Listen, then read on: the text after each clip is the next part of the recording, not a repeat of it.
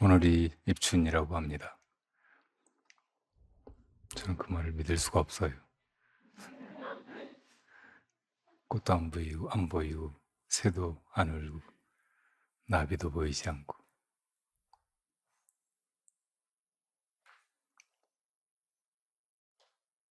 왜 봄의 기미가 안 보이고,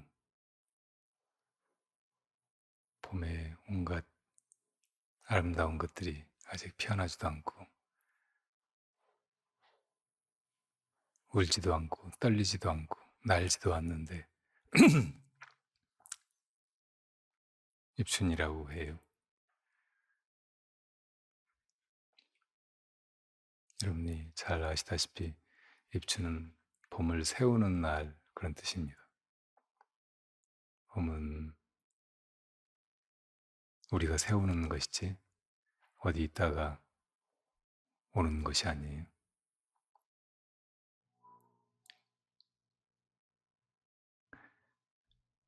봄이 와서 꽃이 피는 게 아니고, 꽃이 피어나니까 봄이다, 그런 말씀도 있고, 이산저산 꽃이 피니 때는 정년코 봄이로구나, 그런 노래 말도 있잖아요.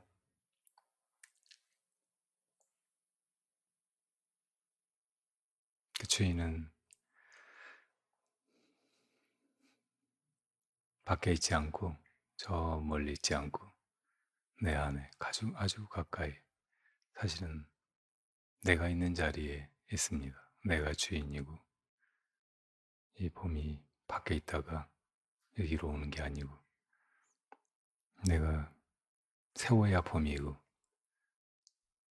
토해내야 봄이에요. 올해 정초에 탄시토공이라고 여러분들에게 적어서 세뱃돈 넘어드렸듯이, 이 모든 게 다 사실은 본래 마음에서, 우리의 근원에서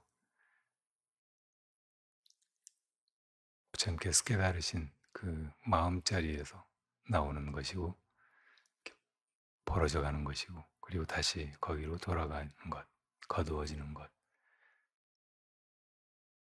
무너져 내려앉는 본래의 땅, 심지입니다.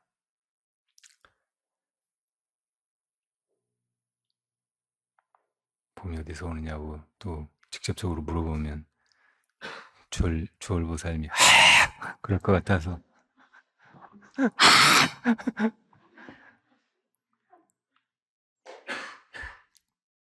여러분도 한번 해보실래요?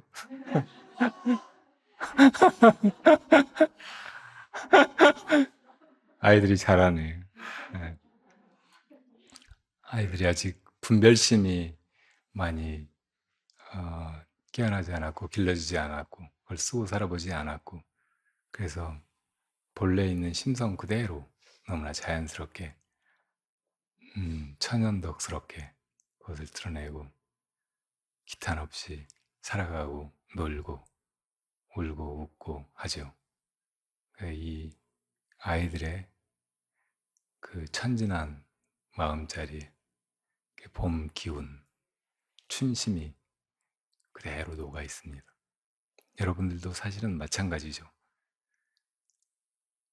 내 철들면서 말 배우고 학교 다니면서 더 복잡한 말, 글로 이루어진 이론, 뭐 사상, 무슨 정신, 이념, 뭐 이런 것에 틀지워지고 거기 찌들어서 오히려 여러분의 그 본성은 어릴 때 너무나 천진하게 기탄 없이 드러나던 그 마음자리는 가리워져 있는지 모르죠. 그러니까 지금 막 해보려고 하면 쑥스럽고 잘 안 나와요.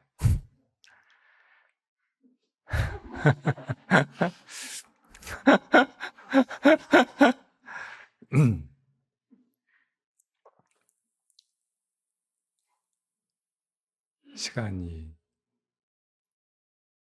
시작되면서 이제 이 세계도 열린 거예요.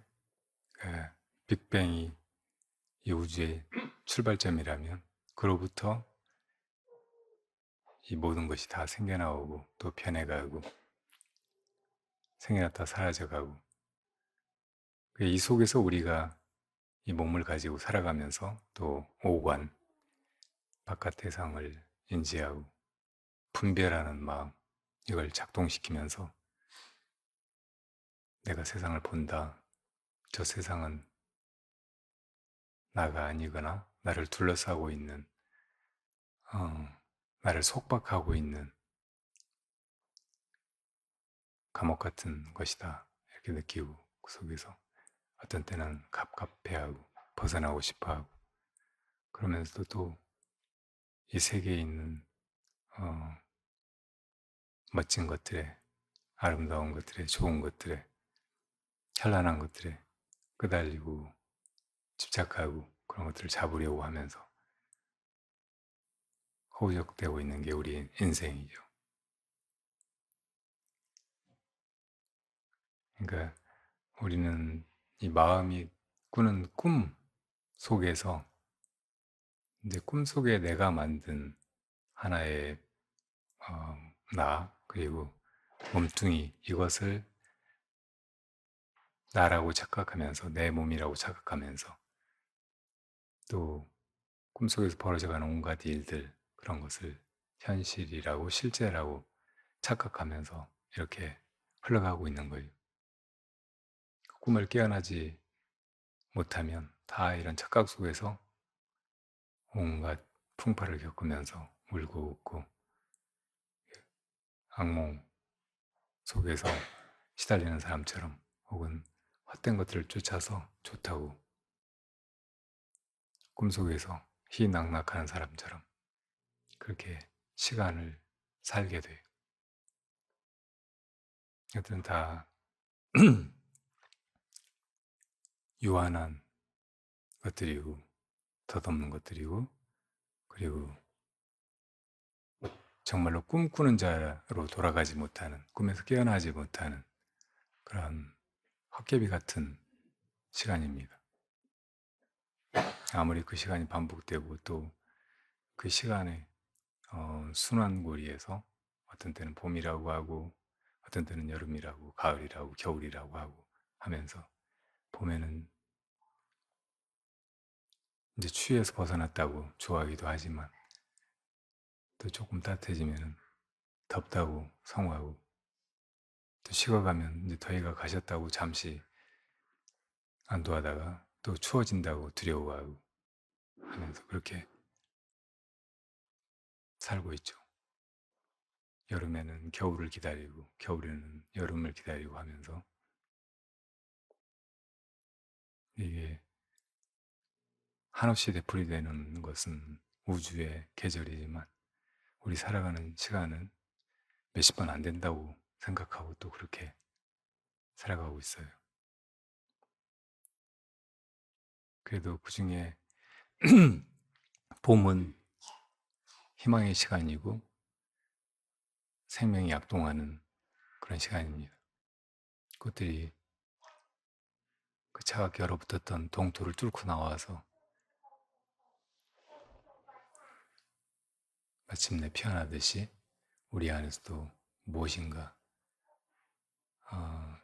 기지개를 켜고 그 생기와 활기를 터뜨리는 시간이죠. 봄은 잔치와 같고 축제와 같은 그런 때입니다. 얼마 되지 않아도 다시 여름이 돼버리고 사는 동안 몇십 번 겪어보지 못한, 누리지 못하는 그런 때이지만 대체로 봄을 기다리고 봄을 그 해의 시작이라고 여기고 그때는 비로소 좋은 꿈을 가져보려고 하고 어떻게 살까, 어떻게 이 한 해 농사를 지어볼까, 세상의 농사 또 마음 농사를 지어볼까 이렇게 희망으로 설계를 하고 비로소 움직이기 시작하는 그런 시점이죠. 그래서 시간 다음에 인제 이 공간을 어떻게 경영해 갈까? 어떻게 만들어 갈까? 어떻게 가꾸고 어떻게 지어 갈까? 이렇게 연구하게 되는 때가 봄인 것 같아요. 부처님께서도 옛날 카빌라국에서 봄철이면 그해 농사를 어 나라의 잔치로 이렇게 시작을 했어요. 농경제가 벌어졌죠. 모든 사람들이 다 기뻐하고 왕부터 저 하층의 농부들까지 정말 재미있게 그날 행사를 치르면서 처음 쟁기질을 한 농부가 이제 시연하는데 그 쟁기 끝에서 흙이 뒤집어지고 그 안에서 군뱅이 같은 벌레가 한 마리 나온 걸 보고 놀라잖아요. 아, 이런 게 삶인가? 땅속에 어둡고 그 차가운데 저렇게 무엇인가가 살아있었단 말인가? 놀라는데 난데없이 공중에서 새가 한 마리 내려와서 땅에 앉더니 그 갓 땅속에서 나온 벌레를 단번에 탁 쪼아 집어삼키고 날아가 버리는 걸 보고 아, 이건 또 뭔가 이런 게 죽음 아닌가? 살아있는 것들은 다 이렇게 죽는단 말인가? 나도 마찬가지고 저 많은 사람들이 다 마찬가지고 또 이런 미물뿐만 아니고 저 천상의 신들이나 뭐 대단한 존재들이 있다고 해도 다 이렇게 살아있는 것들은 죽는 거 아닌가? 결국은 이 죽음은 참으로 두렵고 모든 사람들이 피하고 싶어 하는 것인데 어떻게 해야 그 길을 찾을 수 있을까? 이 삶과 죽음이 다 고통이라면 그것을 벗어난 어떤 세계는 어디에 있을까? 혹시 이 세상에 우리가 오기 전에 어딘가 있었다면 거기에 있지 않을까? 또 죽어서 돌아간다면 거기가 그곳이 아닐까 하면서 그다음부터는 끊임없이 그 열반을 찾게 됐어요. 그 질문은 구체적으로는 도대체 살아있는 것들은 다 어디로부터 오는 것이며 죽어서 어디로 가는 것인가 하는 것이었습니다. 생종 하철에 사향 하처거. 그러니까 이 질문이 부처님을 구도의 길로 이끌었고 출가해서 6년이나 열반을 찾게 했고 결국은 보리수화에서 새벽별을 보면서 그걸 깨달으신 거예요. 어디서 왔는가, 어디로 가는가, 이 어디를 별을 보는 순간에 깨달으셨단 말이에요. 그래서 가끔은 부처님께서 새벽별을 보고 도대체 뭘 깨달으신 거냐 이렇게 공안을 던지기도 하죠. 근데 뭐 이 생사를 벗어난 열반을 깨달았다. 우리가 어디서 왔다 어디로 가는지를 깨달았다. 이렇게 말하면 다 용납하지 않습니다. 그거 아니라고 하죠. 그렇게 대답해서는 안 되고 또 그렇지가 않고 말로 굳이 얘기를 하자면 이게 새벽별을 부처님 보는 순간에 그렇게 벌어진 세계가 보였잖아요. 그 순간에 저 별이 빛나는 것 이것이 그전에는 경계이고 이 공간 속에 온갖 것들이 다 원래는 없다가 이렇게 생겨나오고 또 어딘가로 돌아간다고 느꼈는데 바로 그 경계가 지금 새벽에 별이 반짝이는 것 이 자체가 사실은 진리에서 나온 것이라기보단 진리 그 자체예요. 마음 그대로예요. 우리가 다 거기서 오고 거기서 간다면 새벽별이 반짝이는 거기서 오고 지금 내가 그걸 보고 있는 순간에 그게 바로 내가 도달해야 할 열반인 거예요.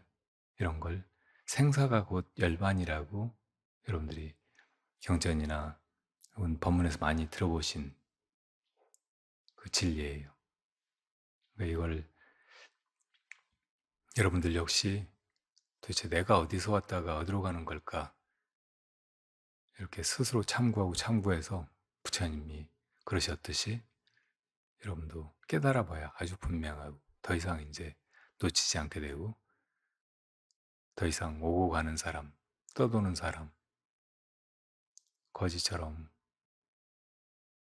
비참하게 여기저기 다니면서 얻어먹고 천대받고 어떤 때는 못 얻어먹고 굶주리고 그렇게 사는 인생의 불황자, 나그네가 아니고 참 주인이 되는 거죠. 우리는 다 사실은 자기가 주인이라는 것을 깨닫기 위해서 이 세상에 온 것입니다.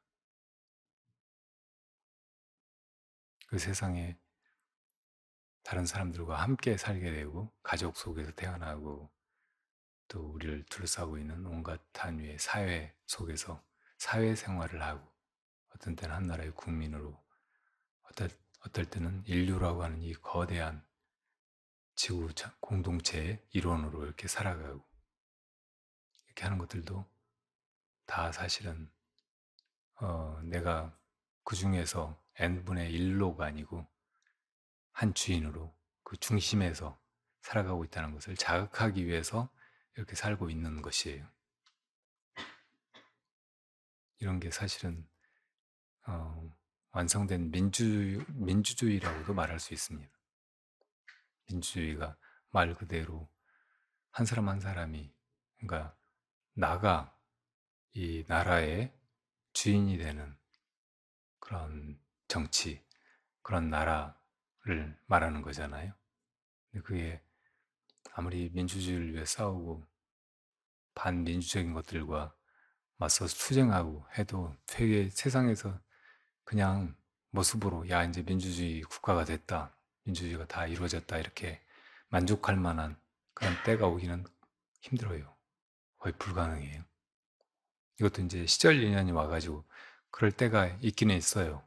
근데 또 지나가고 나면 다시 이제 악세가 오고 그런 시대에는 모든 사람들이 다 어, 비참하게 주인의 지위를 잃어버리고 그냥 음, 지배당하는 보잘것없는 한 사람으로 그렇게 살게 된다고. 국가라든지 권력을 가진 자들 두려워하면서 시키는 대로 하면서 정해진 그 룰이나 경계를 벗어나지 못하고서 억압된 부자유한 그런 삶을 살게 되는 거예요. 아무리 오래 그 속에서 어쩌다가 운이 좋아서 혹은 복이 있어서 떵떵거리고 혹은 많은 걸 소유하고 누리고 살아간다고 해도 죽음이 오면 그뿐입니다. 아주 잠깐이고 한 개체로서 한 인간으로서 그렇게 누리는 것들은 아주 짧고 보잘것없는 것들이에요. 그러니까 진짜 민주주의를 이루고 그 안에서 내가 참으로 주인이 되기 위해서는 우리가 본래 그 자리에 있다는 것을 내 마음이 바로 그것이라는 것을 깨닫지 않으면 안 되는 거예요.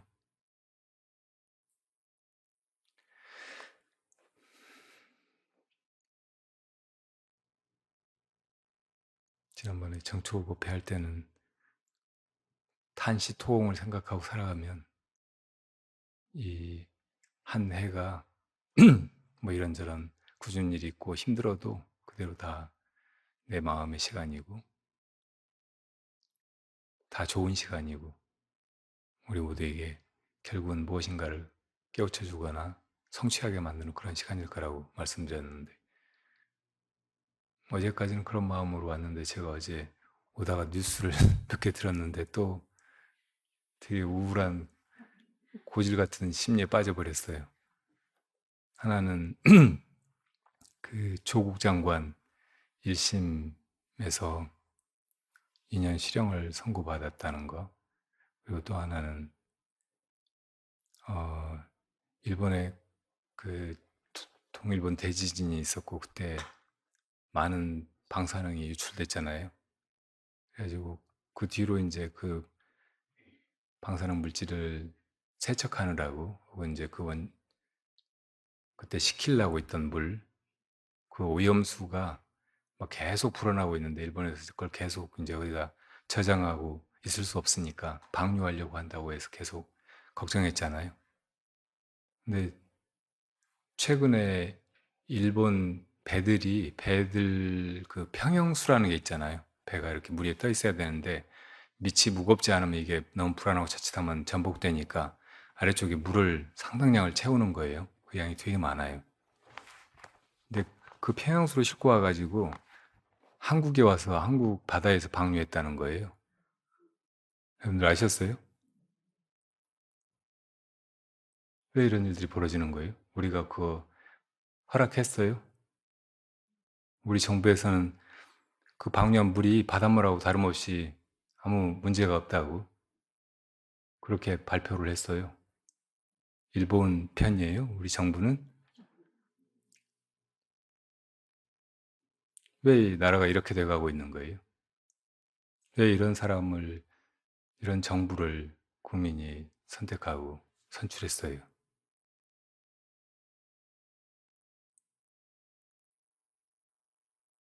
그뿐만 아니고 수없이 많은 국제 관계에서 문제들이 생겨나고 있잖아요. 지금 정부가 외교를 특히 잘 못하고 있고 망언에 가까운 실수들을 계속 반복하고 되풀이하고 있고 한국의 국격이나 입김, 영향력 이런 건 그전에 비해서 현저하게 없어져 가고 있어요. 민주화 지수도 여러 단계가 후퇴했고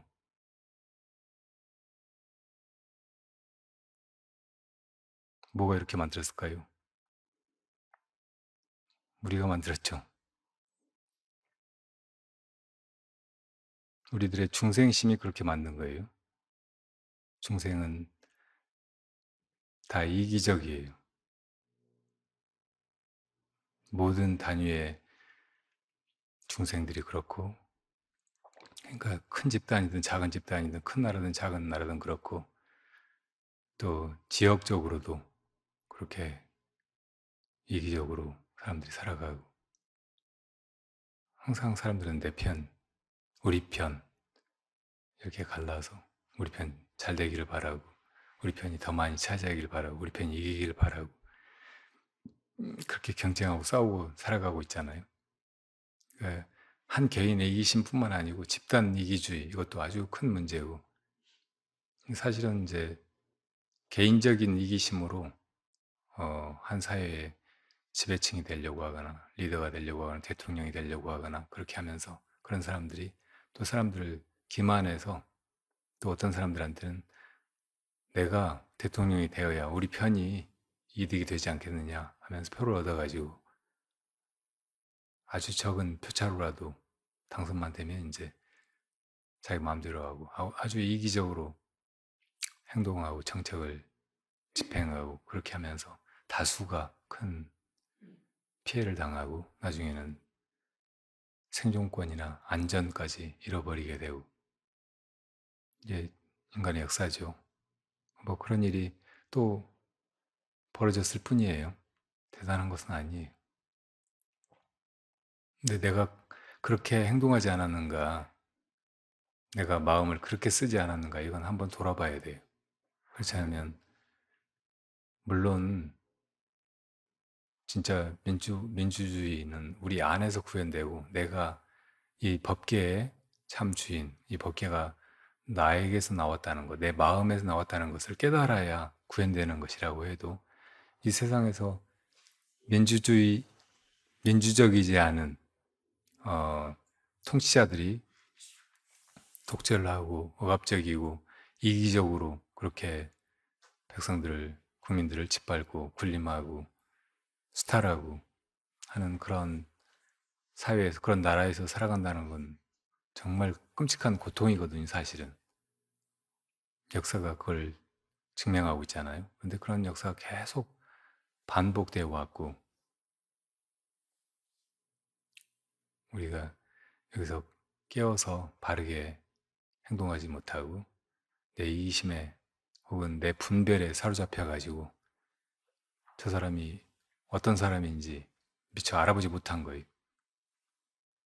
그냥 생각으로만 저 사람이 대통령이 되면 내가 좀 좋을 것 같다. 집값이 올라갈 것 같다. 지금까지 어, 모아온 거 혹은 누려온 거 이것을 계속 지켜가고 또 더 늘려갈 수 있지 않을까 해서 그렇게 투표한 바람에 이런 일이 벌어지는 거죠.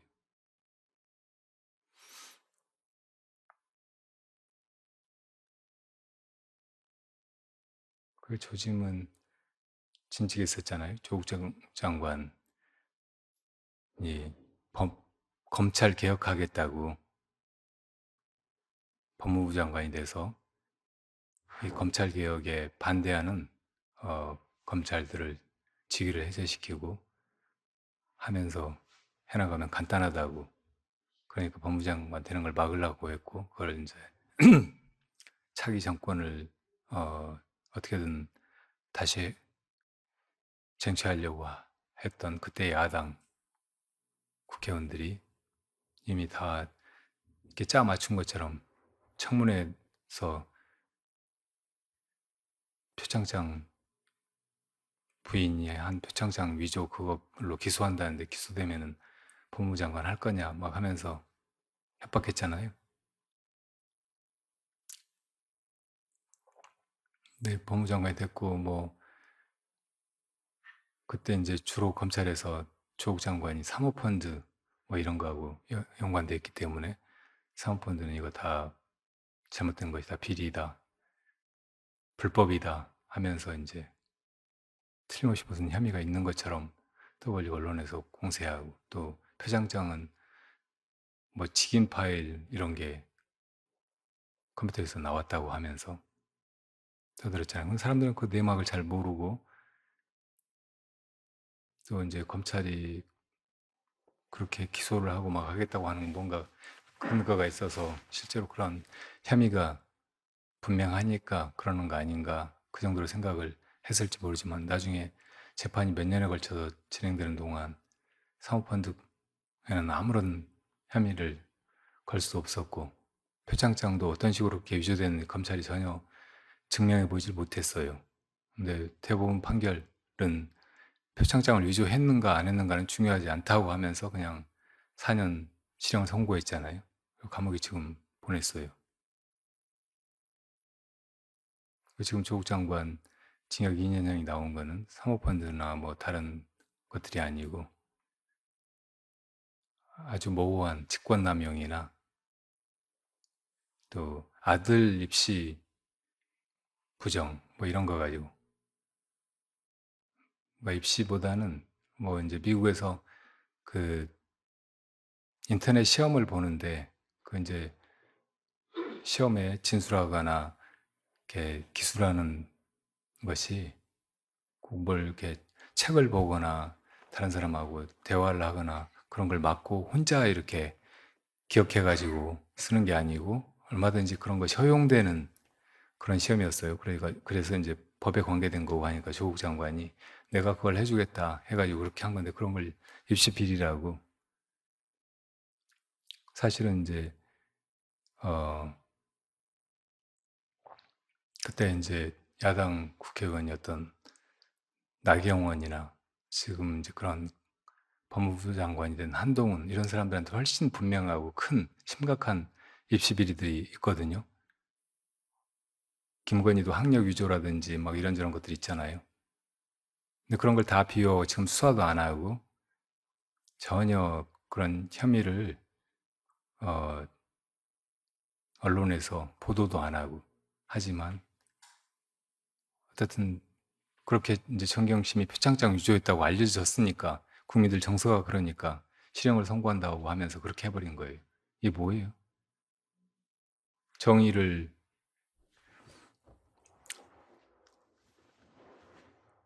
정의를 세운다고 사법부가 있는 거잖아요. 사람들이 부당하게 억울함을 당하고 어떤 사람이 범법행위를 하고도 처벌받지 않고 자기들 이익을 추구하고 확대하고 다른 사람 걸 뺏고 막 그러지 않도록 하려고 법이 있는 거고, 그 법이 바르게 집행되었는지 그렇지 않은지 이걸 최종적으로 판단하는 게 사법부인데, 사법부가 이런 식으로 판단하고 있단 말이에요. 이게 무슨 정의가 있는 나라예요? 힘이 다 지배하는 나라고, 힘을 먼저 가진 사람이 어떤 방법으로든지 권력을 손에 넣은 사람들이 제 마음대로 해가는 나라죠. 소수만 자유로운 나라지, 진짜 자유 대한민국이 아닌 거예요.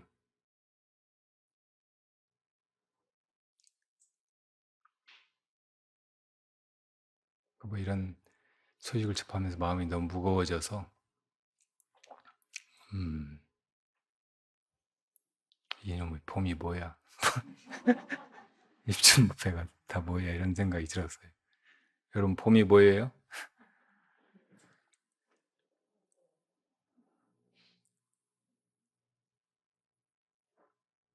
봄은 사실은 없어요.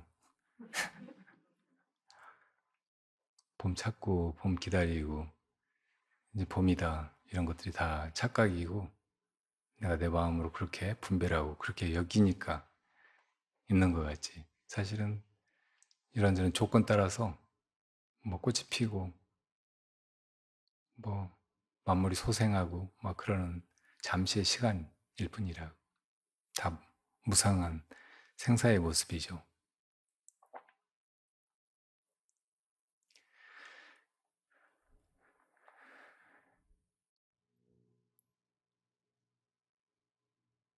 여러분들 뭐 입춘법회 많이 오셨네요. 나는 몇 사람밖에 안 올 줄 알았어요. 그리고 얼마 전에 입춘법회에 하면 좋을 만한 얘기가 갑자기 떠올랐어요. 수련회 전에 차담하다가. 그래서 그 얘기는 일부러 안 했거든요. 근데 잊어버렸어요. 그 말이 무슨 말이었는지. 이제 환갑이 되다 보니까 사람 구실을 점점 못하게 돼요. 옛날에는 이건 내가 당연히 그냥 아무렇지도 않게 전 힘 안 들이고 하던 거였는데 해보려고 하면 안 되는 거예요. 뇌도 환갑이 돼가지고 기억도 잘 안 나고.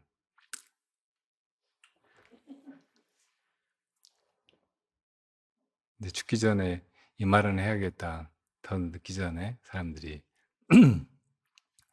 불심을 가지고 어, 자기 인생을 정말 뜻깊게 살아가고 발견해야 할 것을 찾아서 찾아내고, 그리고 좋은 세상을 만들어가고 그랬으면 좋겠다, 그런 얘기를 하자, 이런 생각은 들어요. 언제나 같은 얘기지만, 봄을 세운다고 말했지만 오늘 그래서 지금 생각이 나는데 해보고 싶은 얘기는 어, 좋은 세상 만들기, 좋은 나라 만들기,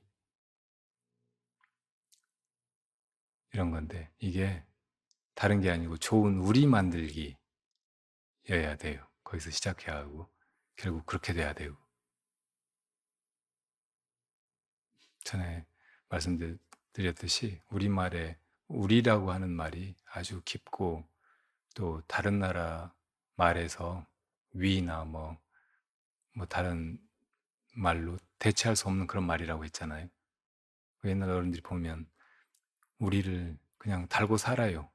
우리 애기, 우리 강아지, 우리 집, 우리 학교, 우리 고향, 그리고 자기를 어떤 때는 우리라고 말해요. 우리는 그런 거 안 먹어. 이렇게. 그러니까 우리라고 하는 의식이 본래 있는 거예요. 한국 사람들한테. 그런 걸 이제 요즘 말로 하면 공동체 의식 같은 거고, 코로나 방역 상황에서 그런 게 발휘돼 가지고 한동안은 세계 다른 나라 어디에서도 어, 성공하지 못한 그 방역을 초기에 성공적으로 해냈잖아요.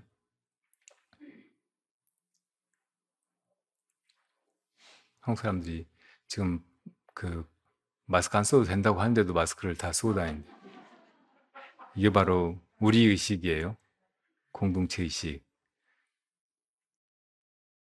그냥 나를 분리된 한 개인, 인디비주얼이라고 생각하는 게 아니고 우리의 존재로 생각하는 거예요. 항상 우리의 의식을 가지고 살고, 그리고 우리가 추구하는 행복이나 가장 높은 가치도 우리를 떠나가지고는 구현될 수 없다고 본능적으로 알고 있는 거예요.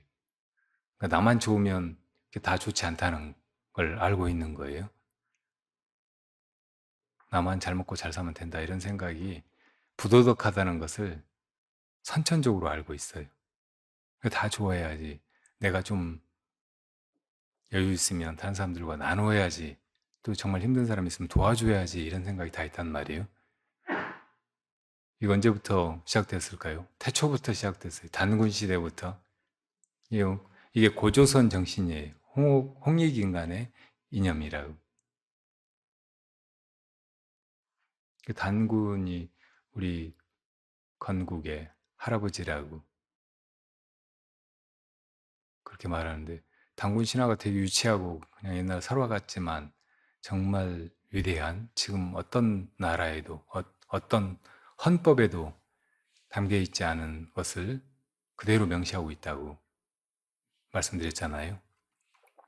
요즘에 민주주의 헌법들에 다 이제 한 개인의 권리, 존엄성, 뭐 행복 추구권 이런 걸 보장하고 그걸 국가가 지켜야 된다고 명시하고 있긴 한데, 홍익인간의 정신은 빠져 있어요.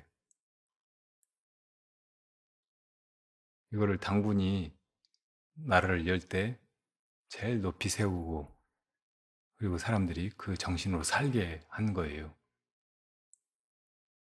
그러니까 이분이 그냥 우리 할아버지거나 혹은 왕이어서 우리가 숭배하고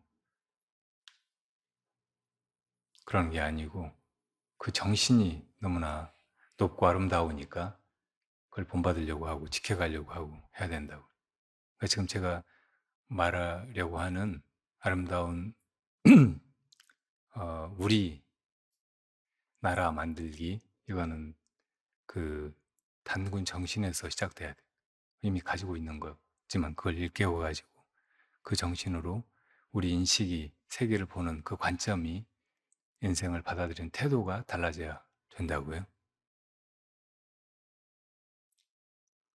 대한민국이라고 하는 국호는 사실은 대한제국 때부터 시작된 것이잖아요. 대한제국의 그 정통성을 계승한다고 이제 상해 임시정부에서부터 쓰다가 이제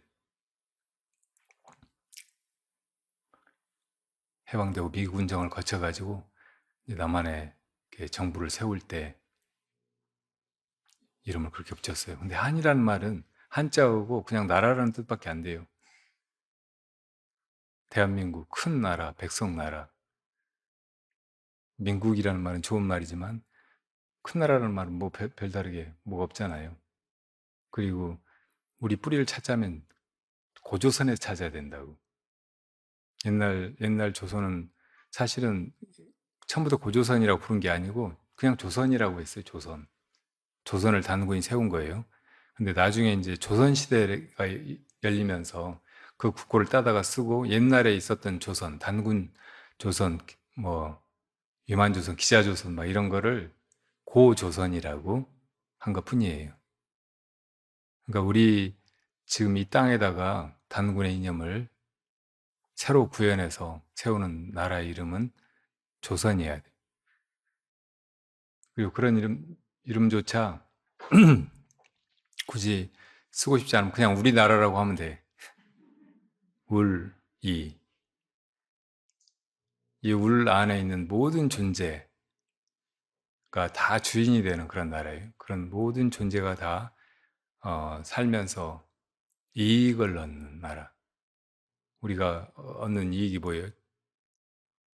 뭐 저마다 마음속에 꿈꾸고 기다리는 그 행복이기도 하고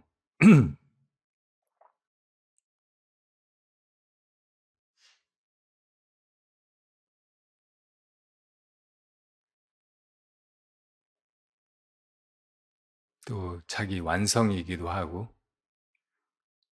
자기 완성도 내가 떨어져 있는 개인이 아니고 이 우리다, 우리 모두와 더불어 하나다라는 것을 깨닫는 것이죠.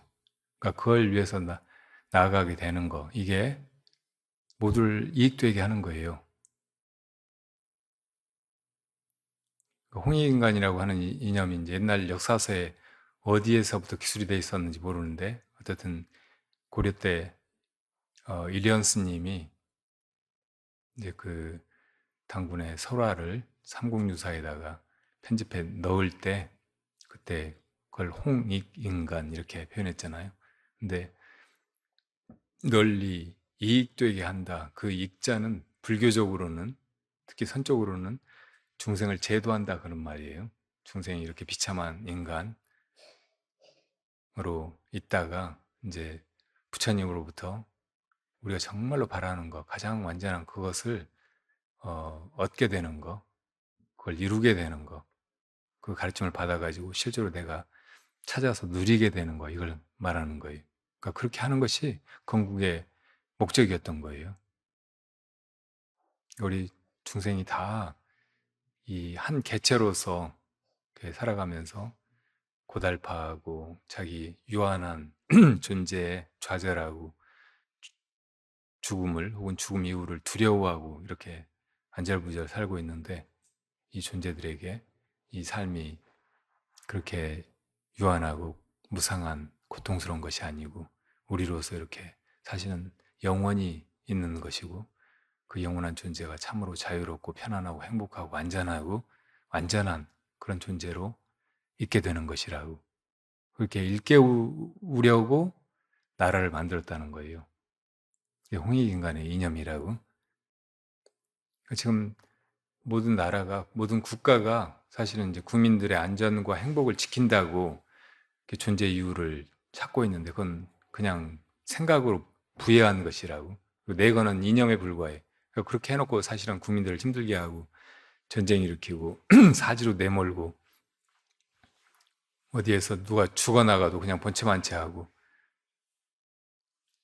죽게 만들고 사과도 안 하고 그러고 있잖아요. 근데 부처님 당시로부터, 그리고 단군이 정말로 세우고 다스리고 했던 그 나라에서 살아본 사람들은 그 낙원 같은 행복감을 잊지 못할 거예요. 그러니까 저 인디언들 부르는 노래, 불렀다는 노래 Amazing Grace, 그 인디안 원어로 들어보면 거기 낙원 조선 이런 말이 나와요. 인디안 말이라는데 낙원 조선 우리 돼지 이런 말도 나와요. 우리 돼지. 그러니까 그걸 그리워하는 노래인 거예요. 옛날 조선을 그리워하는 노래라고. 저 아메리카 인디언들이 원래 고조선, 고구려, 부여 유민들이었다고 하잖아요. 여기서 터전을 잃어버리고 세웠던 나라를 잃어버리고 이제 저 추운 데로 새 땅을 찾아 나가서 가다가, 그때는 이제 저 베링 해협이 육지로 연결되어 있을 수도 있고 그 뒤라고 해도 안류산 열도로 이렇게 해류가 그쪽으로 이렇게 가니까 그냥 배만 띄워놓으면 그쪽으로 흘러간대요. 그래서 아메리카 대륙에 가가지고 거기서 이제 문명을 이루고 살았다는 거예요. 그러니까 어, 유럽 그 정복자들이 가가지고 아메리카 인디안들을 죽이고 그 문명을 파괴하고 이제 서양 제국을 만들고 막 할 당시만 해도 그 사람들은 석기하고 청동기만 가지고 살고 있었어요. 철기가 없었어요. 뭐 우리 역사에 보면 반월형 도끼, 돌도끼 있잖아요. 그게 뭐 이삭 따는 거라고 거의 이렇게 생겨가지고 구멍이 두 개 뚫려 있단 말이에요. 그러니까 이걸 손가락 두 개를 끼워가지고 쥐고 이렇게 이삭을 땄다고 그렇게 생각하고 그런 석기라고 그렇게 생각을 했는데, 그게 지금도 에스키모들이 쓰고 있다는 거예요. 그 돌칼을. 예, 칼이래요. 거기다가 나무 손잡이를 이 돌로 묶어가지고 그걸 생선 같은 거 이런 거 고기를 썰 때 쓴다는 거예요. 쇠는 물에 닿으면 녹슬고 그 쇠 냄새가 자칫하면 배잖아요. 근데 석기는 예리하기만 하면은 그런 냄새가 없고 아주 좋은 그런 도구인 거예요. 그게 그런 물건이었다는 거. 그게 다 고조선의 청동기 문명이 그쪽으로 흘러가면서 그 전에 이제 석기까지 쓸만한 것들은 그렇게 쓰면서 흘러갔던 문명의 흔적이죠. 그 사람들 다 이제 서양 침략자들이 와가지고 다 죽이고 나중에는 인디안 보호구역에 가둬놓고 자기들이 그 땅에 나라를 세워가지고 원래부터 그 땅의 주인이었던 것처럼 그렇게 살고 있잖아요. 이게 고구려 또 부여 고조선의 사람들한테는 얼마나 억울한 일이에요.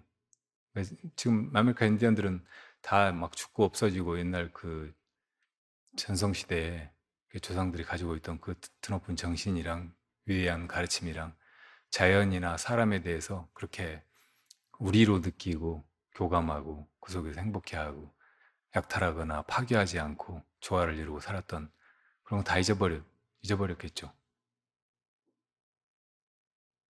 그럼 얼마나 억울한 일이에요. 근데 한반도 지금 땅은 또 외세에 의해서 반으로 나뉘어가지고 70년 넘게 전혀 교류도 없이 주위에 뭐 일본이나 중국이나 또 먼 유럽이나 미국이나 마음대로 다니면서 북한은 마음대로 가지도 못하고 이렇게 살고 있잖아요. 그러니까 이 땅에서 고조선의 정신은 계속 잊혀지고 흩어지고 그리고 그 소수의 기회주의자들이 그 이름만 빌리거나 혹은 그 정통성 이런 것만 훔쳐다가 자기들이 그 맥을 잇는 지배 집단인 것처럼 그 사람들을 속이고 하면서 그 억압적인 체제를 유지시켜 나가고 있는데 동원되고 있을 뿐이죠. 백두혈통 뭐 어쩌고 하면서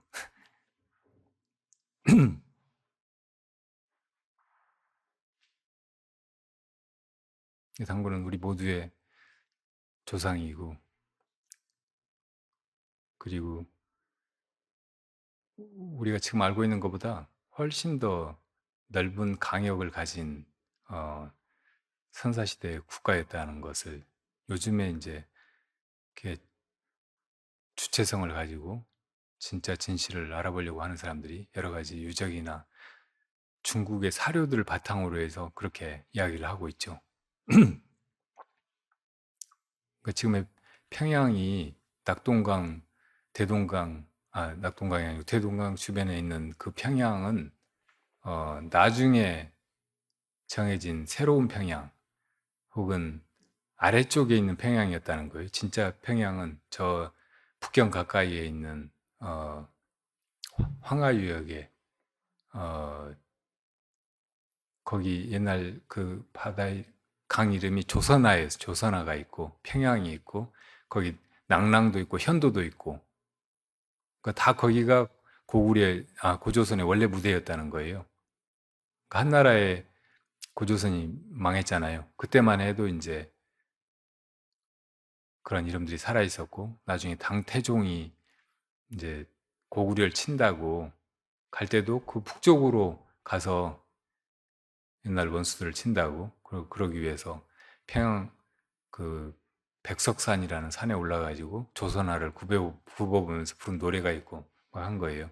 그러니까 우리가 알고 있는 것보다 고구려나 고조선이 훨씬 북쪽에 있었고 요동 쪽에 있었던 게 아니고 그 서쪽에 있었던 거예요. 중국의 중원을 장악하고 있었고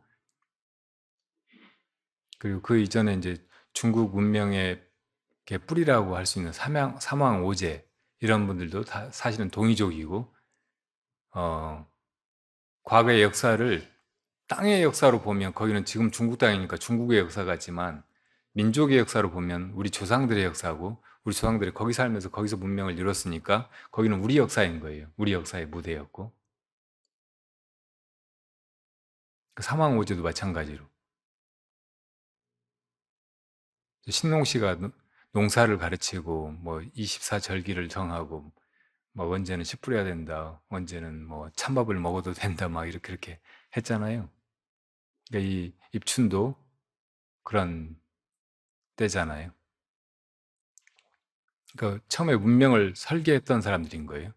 또 복희 씨는 이 우주가 어떻게 흘러가는지, 어떻게 변화해 가는지, 어떤 때 무슨 일이 일어나는지 그런 거를 이렇게 깨달아서 사람들한테 가르치려고 했고 주역 같은 걸로 남겼고 복희 씨 때 복희 여기 있었는데 그걸 나중에 이제 조금 정하고 그때 멸실된 것을 어떻게 해가지고 이제 주나라 문왕 때 만들어진 게 주역이래요. 그러니까 그렇게 이제 흘러왔는데 그 조선 말에 전에 말씀드렸던 어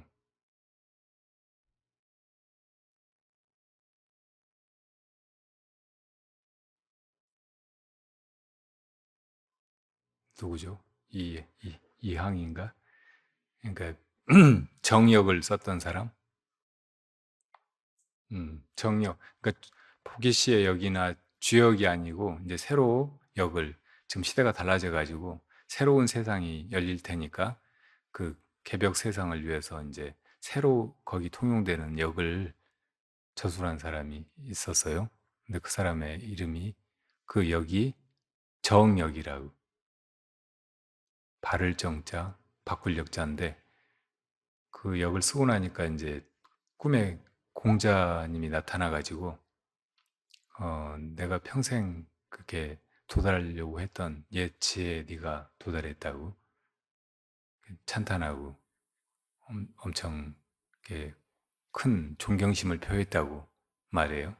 근데 그 정역 이 나올 때 그 이항인가 그 사람을 가르쳤던 스승이 화두처럼 이 말을 계속 암송하면서 이렇게 참고하다 보면 이제 그 역을 깨치게 될 거라고 예언한 말이 있는데 음, 천심영동월이에요. 천심영동월. 옛날에 이제 이 우주의 그 중심은 하늘이라고 생각을 했어요. 하늘이 주재하고 하늘이 이 세상을 움직이고 그리고 이 세상은 그 그림자처럼 땅의 모습으로 땅의 온갖 것들로 이렇게 나타나게 된다고. 그러니까 우리도 이제 천지간에 태어났는데 땅에 있으니까 그림자와 같은 그런 존재들이잖아요. 근데 그 천심명동월에 보면 천심을 어,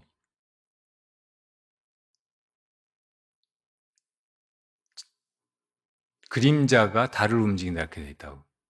그러니까 달이 가운데 있고 그림자들이 그 달에 따라서 변화하는 게 아니라 그림자가 하늘 가운데 있는 달을 움직인다는 말이에요. 그러니까 이 그림자와 같았던 인간들이 이제 중심이 되고 주인이 되고 하는 그런 세상이 새로운 세상, 천지 개벽이라고 그 시대에 이제 뭐가 어떻게 되어 나가는가 이런 거 얘기한 것이 정역이라고 한 거라고요.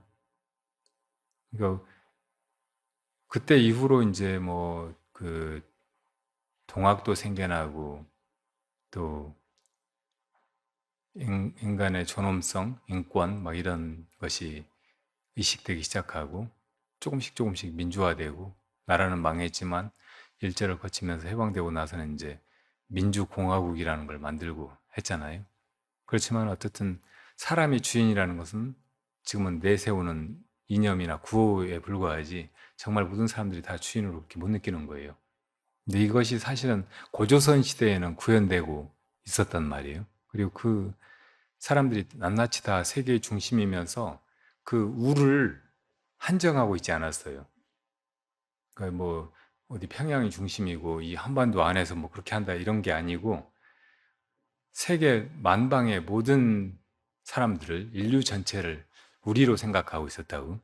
그래서 우리나라였던 거예요. 그래서 거기 들어오는 사람들은 다 환영이에요.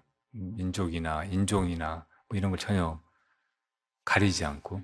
그래서, 그래서 단군 신화, 이거하고 똑같은 건국 신화가 있는 게 카자흐스탄이라고 말씀드렸잖아요. 그날의 단군 신화를 우리하고 똑같은 그런 이야기를 건국 신화로 가지고 있고, 그래서 곰이랑 뭐 이렇게 단군이 있는 동전도 찍어내고 했다고 했잖아요. 탄, 카자흐스탄, 우즈베키스탄 이렇게 이제 그 지대에 파키스탄 이렇게 있는 나라들을 다 탄이라고 하는데, 탄이 나라라는 말이라고. 나라, 땅, 그러니까 어떤 강역, 이것을 탄이라고 말하고 거기에 임금된 사람을 군이라고. 그러니까 단군이 나라의 임금 이런 말이에요. 그래서 단군이 막 몇백 년 살았고 막 이래저래 그렇게 된, 옛날에는 정말 그렇게 살았을 수도 있지만 다른 왕이 대를 이어서 그렇게 하더라고. 다 단군이니까 그때를 단군 시대라고 말하는 거예요. 그리고 그때 살았던 사람들은 다 누구나 자기가 주인인 거예요. 자기가 임이야. 거기 이 안에 있는 이들은 다 명사화하면 임인 거예요. 있는 그대로 자기 존재, 그것이 임이고 그 자리가 왕좌인 거예요. 주인 된 자리. 이제 이 세상에는 이제 사람들의 이기심이 판치고 그런 것이 가진 방법으로 결국은 선이나 정의를 축출하고 굴러온 돌이 박힌 돌 빼듯이 이제 거기서 못 살고 나간 사람들은 또 어디 신대륙으로 어디로 가서 뭐 그렇게 해보지만 나중에는 그마저 또 이제 엉터리 이기적인 집단한테 다 뺏겨버리고 결국 죽어가잖아요. 이게 비참한 인류의 역사인데 지금 이 시대가 그래서 전망이 비전이 없어 보이고 희망을 갖기 어렵고 우리가 그냥 삶에 끌려가듯이 마지못해서 이렇게 살고 있고 그나마 여기서 돈이라도 좀 있고 조금이라도 높은 자리에 올라가고 그러면 덜 피해 당하고 그렇게 사니까 그냥 돈이나 권력이나 이런 걸 추구하면서 다 이기적으로 경쟁만 하면서 이렇게 살고 있잖아요. 이런 시대가 얼마나 비참한 시대냐고. 여기서 막 이렇게 서로 더 많이 가지려고 싸우고 자기 작은 이익 지키기 위해서 우리의 이익을 돌아보지 않고 엉뚱한 놈을 대통령으로 뽑아놓고 뭐 이렇게 해가면은 암담하다고 어디에서 희망을 찾을 수 없어요. 그러니까 우리가 이런 현실을 볼 때 이 세상이 뭐 하는 수 없이 이럴 뿐이라고 그렇게 낙담하고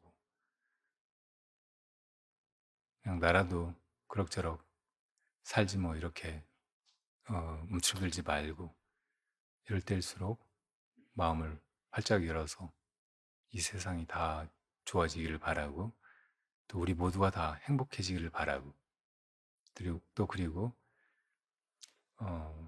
그런 정신을 새로 가지는 거 이것이 새로운 세상을 여는 개벽이라는 걸 알고 그래서 옛날에 좋은 선례 고조선을 돌아보고 이 조선 속에 그 우리로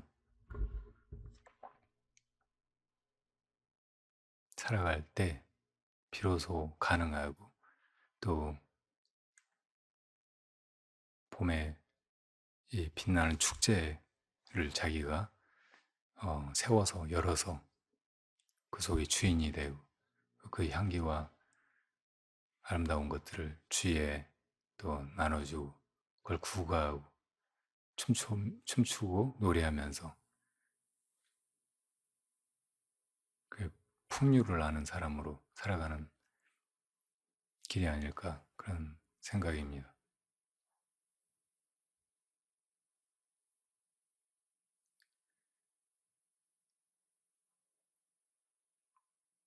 우리나라 잘 되기를 바라고 바라고 바랬는데 희망이 없어져 가니까 이제 그냥 내가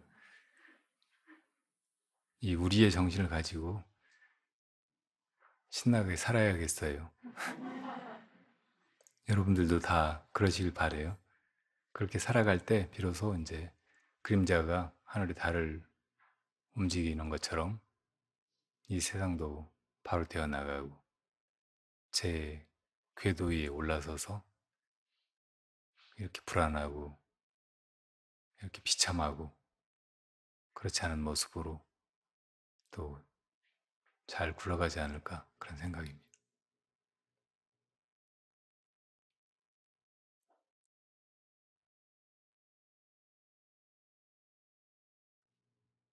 우리나라 만들기.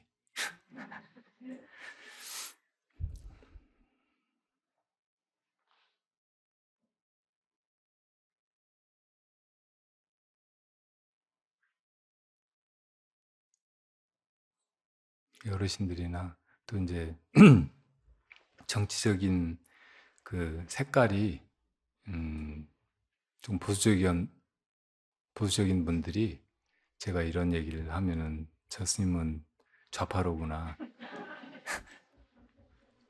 난 좌파 스님 못 믿어. 하고 이제 절에 안 나오거나 하는 분들이 있다고 들었는데, 어, 제가 좌파라면 부처님도 좌파예요. 그리고 당군 할아버지도 좌파고,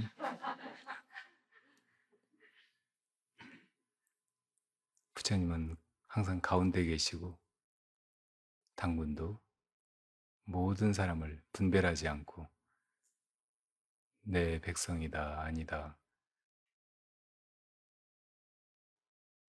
나누지 않고, 한 울 안에서 다 걷어서 다 행복하게 살아가려고 돕고, 보살피고, 거의 헌신하고 했잖아요.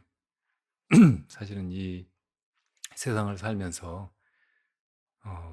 뭐가 되려고 하기보다는 그런 마음, 어떤 때는 모두의 행복을, 우리의 행복을 위해서 내가 어떤 때는 손해도 보고 굳은 일도 하고 그런 태도를 가지고 있을 때 그런 사람이 정말 좋은 어, 리더고 본보기고 지도자고 길잡이고 사표라고 이렇게 말할 수 있어요.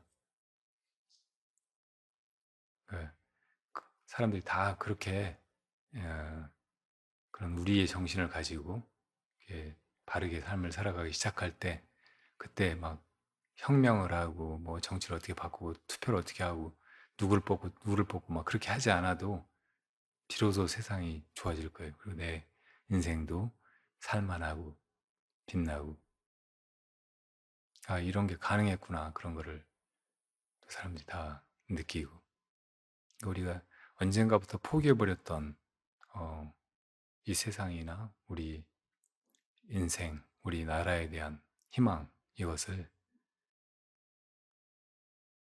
그냥 희망으로만 다시 세우는 게 아니고 그거를 실제로 구현하고 누리고 내가 그 어, 중심에서 주인이 되어가지고 그렇게 살아볼 수 있는 아주 구체적인 무엇이라는 것을 느꼈으면 좋겠어요. 부처님께서 열반을 처음에는 이제 어떤 그 가상의 개념으로 생각하고 그걸 찾았잖아요.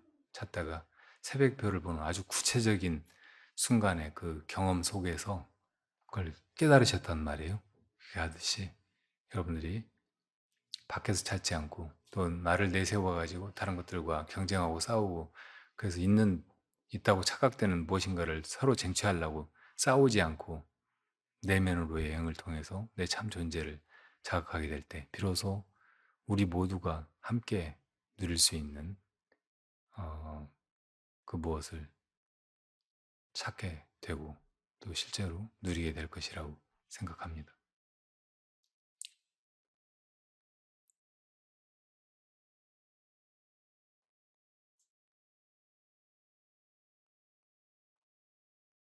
우리나라 만들어 볼까요? 네. 여러분들은 다 그 우리나라의 어, 임이고 사람이고 주인이고 또 백성이고 왕이고 그렇게 되실 거라고 생각합니다. 이 마음을 어, 세워서 꿋꿋이 다시는 무너지지 않게 그렇게 지켜가자고요. 옛날에 부처님께서 제자들 데리고 길을 가다가 한 곳에 가만히 멈춰 서 계셨어요. 그러니까 아난다가 부처님 왜 가시던 걸음을 멈추고 가만히 계십니까? 여쭈니까 이 자리는 바로 지난 세상에 가서 부처님이 머무셨던 곳이다. 그렇게 말씀하시니까 아난다가 너무 기뻐하면서 정말 여기는 의미 깊은 자리군요. 두 부처님이 동시에 계셨던 곳이니까. 그러니까 부처님께서 누가 여기다가 절을 하나 세웠으면 좋겠다 그러셨어요. 다 이제 어떻게 하지? 얼둥절해하고 있는데 어떤 제가자가 이름이 현우라고 하는 장자였어요. 어디 가서 나뭇가지를 하나 꺾어 오더니 그 자리에다 꼽는 거예요. 그러니까 천상에서 찬탄하는 노래소리가 들렸어요. 현우 장자는 참으로 지혜롭다. 이렇게 우리가 불교를 배우다 보면 이 시황 3세가 다 불국토고 또 중생들이 다 성부라는 그런 도량이라고 배우잖아요. 어디 절 아닌 데가 없어요. 근데 부처님께서 절을 세우라고 하셨단 말이에요. 건물을 지으라는 말이 아니고 여기가 도량이라는 것을 누가 참으로 바르게 깨달았으면은 그걸 보이라는 말씀이라고. 그러니까 그렇게 행동해 보인 거예요. 아, 내가 있었으면 내가 나뭇가지를 꽂았을 텐데. 그렇게 생각하지 말고 여러분들이 진짜로 그렇게 해요. 여러분들이 어, 걷는 걸음걸음마다 연꽃이 피어나고 여러분들 손끝에서 발끝에서 맑고 향기로운 음악이 흘러나오고 여러분들의 눈길 미치는 곳마다 아름다운 연꽃이 피어나고 여러분들이 귀 기울이는 데마다 아름다운 새의 노래가 들리는 그런 봄이 바야흐로 여러분과 함께하고 어디 가서 달을 봐도 달이 따라온 것 같듯이 여러분들이 그림자가 아니라 사실은 모든 것의 중심에 무종의 그 시간에 그렇게 있는 존재라는 것을 다 깨달으시고 그 깨달음을 구가하시기 바랍니다.